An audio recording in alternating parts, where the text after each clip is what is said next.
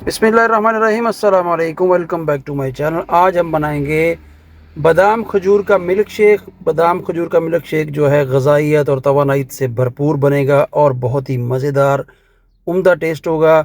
और 2 से 3 चीज़ें चाहिए और हमारा ये है अफ्तार स्पेशल ड्रिंक बन जाएगा। सबसे पहले बादाम मैंने ले लिए थे, उनको भिगो के रखा था, उनके छिलके उतार लिए और मिक्सी जार में किसी में डाल दीजिए। और इसके अंदर आप दूध, फ्रेश दूध कोई भी हो आपके पास घर में जो है वो डाल दीजिए। साथ में चीनी आप अगर लाइक करते हैं तो हस्बे ज़ायका चीनी डाल दीजिए और इसको ग्राइंड कीजिए, अच्छे तरीके से ग्राइंड कीजिए, जिस तरह कि आपके जो बादाम हैं वो सारे जो है बिल्कुल मिल जाएं दूध के अंदर।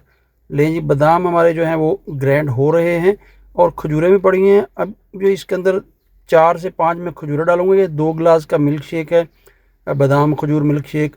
सारा दिन आदमी रोज़ा रखा होता है, शाम को इफ्तारी के टाइम ये मिल्क शेक पीजिए, इंशाल्लाह आपको जो है सारे दिन की जो है कमज़ोरी और जो डिहाइड्रेशन सब ख़त्म हो जाएगी। चलिए, तो हमारा जूस तैयार हो चुका है। एक प्यारा सा गिलास ले लीजिए और इसके में हम इसको जो है जूस को डाल देते हैं। ले जी, जूस हमारा गिलास में डल चुका है और थोड़ा सा ऊपर बादाम गार्निश कर दीजिए बारीक बारीक कटे हुए।